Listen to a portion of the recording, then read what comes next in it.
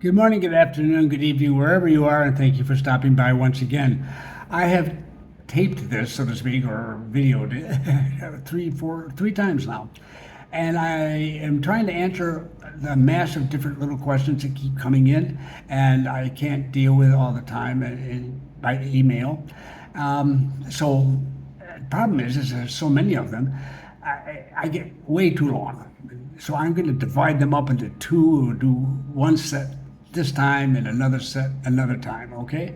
So I'm starting off with some of the most common ones that I keep getting asked, plus the first one, which is that, as many of you know who are subscribers at retirementwave.com, I sent out a, quote, special message, unquote, not one of my longer reports from Panama that can run 10, 15, 20 pages long. This is a much shorter one and deals with one particular matter, the arrival of people with money, so to speak, from Latin America who are having an impact on our real estate market at the upper level and may be eventually impacting us at the middle class level as well, as has happened before. This is not the first time, but it's very interesting and it's been going sort of unnoticed here. So I made a mention of it, and it caused considerable interest. If you have not gotten a copy, you don't have to subscribe to it. Retirementwave.com. I put a plug. If you want to, you can do that. I don't care. There's no advertising involved. You don't pay a penny, and you can unsubscribe at any time. But the point is, don't do it unless you really want to be sure you get it, because otherwise it's coming up here, and I have a link right down below where will give you a copy of it too, and I hope that it gets through. Okay, to those who want it anyhow. Now, a quick note from the buying and selling viewpoint. I mean, the buying and selling, but also the renting. It is not at all uncommon in the metropolitan area particularly to be dealing with another nationality than a Panamanian. I think a lot of people come down and think they're going to be standing across from a Panamanian, and that very likely will happen. But also very likely to happen is you'll be talking to somebody who could be from anywhere in the world and selling or renting their apartment. And people here, generally speaking, want to set eyes on the person who's interested in buying or selling and getting a sense for them. They'll actually turn some people down if they don't feel they're trustworthy. It's just their personal feelings, so be it. Now, in my case, I have a Venezuelan landlord, and he lives in the Netherlands, so it gives you an idea. Nothing unusual about that at all. I mean, it doesn't have to be Venezuelans, and it doesn't have to be somebody in the Netherlands, but it's a mixture, such a big mixture, that you will find. I think it's one of the nice things about the city is that you are surrounded by so many different nationalities. And they bring their restaurants with them, all more power to them. So we get to eat all their food too. So that is just something I thought I'd mention. Weather, rain. Okay, this is the rainy season, but it's not raining. And we're having what looks like is going to be a drier rainy season than normal. It's called the El Nino effect. It's a weather affair. It's associated with the climate. It has gotten more difficult over the last few years, our last couple of decades, but it is not something that's abnormal yet. Hopefully it won't get that way, but it does mean for us that we have to be concerned about getting more rain. Now, you go into a weather, I go to weather.com today. Every single day in the 10-day forecast has something like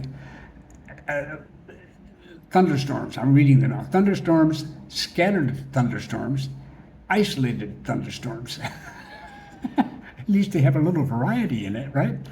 The point is this. We are between the two great oceans of the planet. We have a mountain range running down through the center. There's an exchange of air and clouds and water and what have you that goes on all the time back and forth between the two. Then we have these weather patterns that show up every few years, and we're in the midst of one now. And it affects everybody in the Pacific, I might add, not just us. It's just down here, we're used to it being particularly noticeable because we have such a wide variety of microclimates coming out of all of this. And as a rule, in the Caribbean, it's raining. probably not raining as much as they used to, but it's raining more frequently than it is on the Pacific coast now, where it is not raining as frequently as we expect. That is just the way these things go. So I often say to people, any time of day, any day of the year, somewhere in Panama it's raining. But that's an exaggeration. But nonetheless, it gets the point across. We have lots of microclimates. So what do? You talk to the people wherever you are and ask, what's it like? What's the weather pattern here? Do you have a rainy season? Is it really powerful? And so on, if that concerns you. Okay, but in the meantime, forget the weather channels. They're covering their whats. Okay. Yes. Well, all right. This brings me to climate in general. Now we've finally got the foundation document for the country's climate action plan. It has been published. It's in Spanish, although there are a section early on which is given in Spanish and in English because it's more of a general overview, and it's knowing that some people will be reading it in English and would like that summary.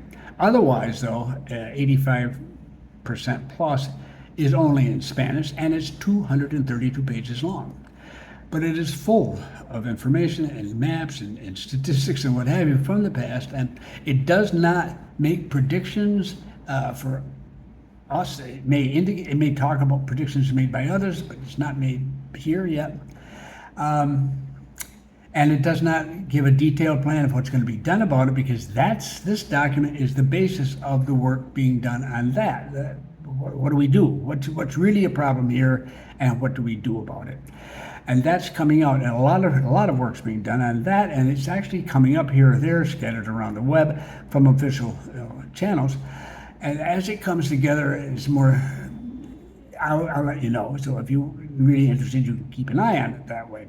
I'll put a link to it down below, and you're welcome to take a look at it. If you, 232 pages, good luck to you, but it's there, and it's nothing secret at all. But it will have an impact on the country in times to come. We'll just have to wait and see what that impact amounts to. Alrighty. Okay, very quickly, the elections are underway.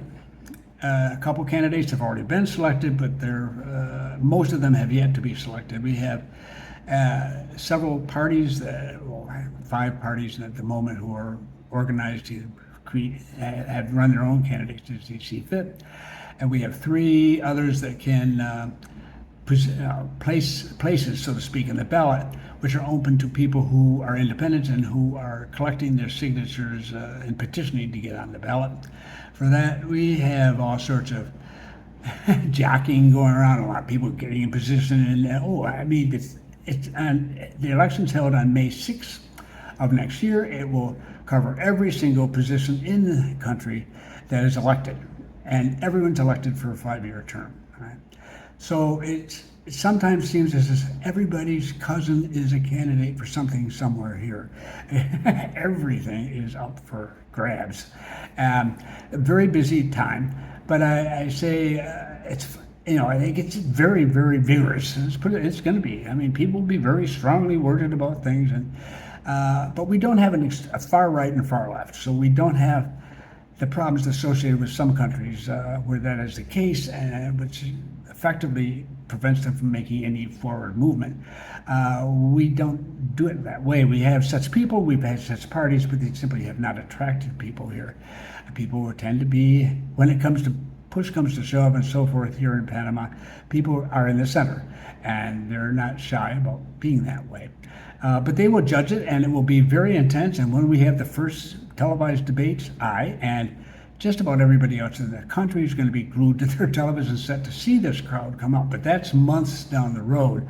And the biggest party candidates are still in the process of being selected, and it's going to be interesting. I'm looking forward to it. What I see, and have seen for some time, develop in front of me is is a more open and more democracy, so to speak.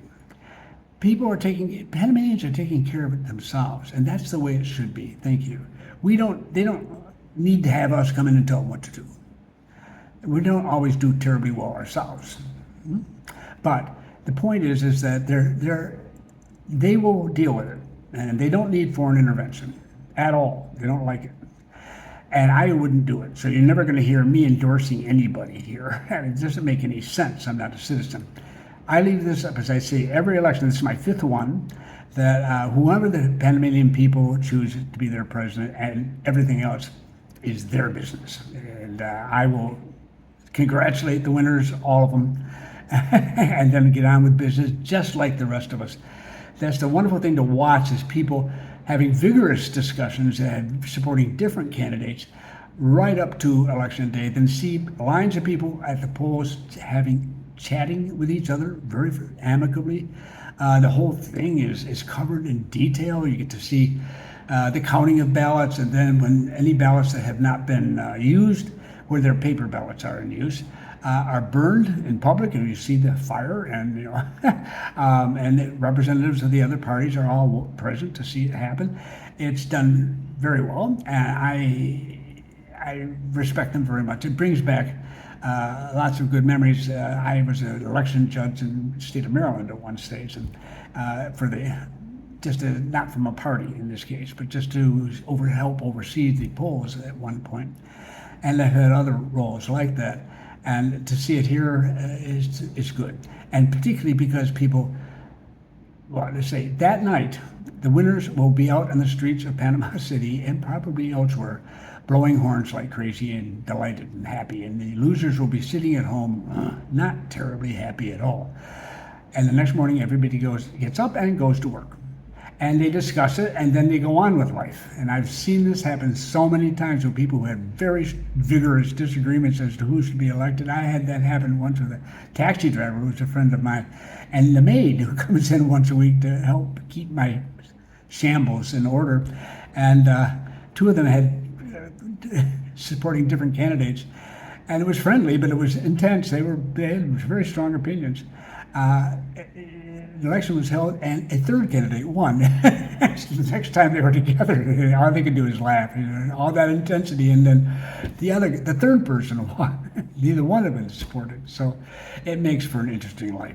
I like it. I could do without it, but not really. This is necessary, and it is underway, and more power to that system. And I think nothing beats it, as far as I'm concerned. So that's going to be a source of more discussion, but never will I ever endorse anybody here. It's not my business. It's not yours. It's the business of the Panamanian people.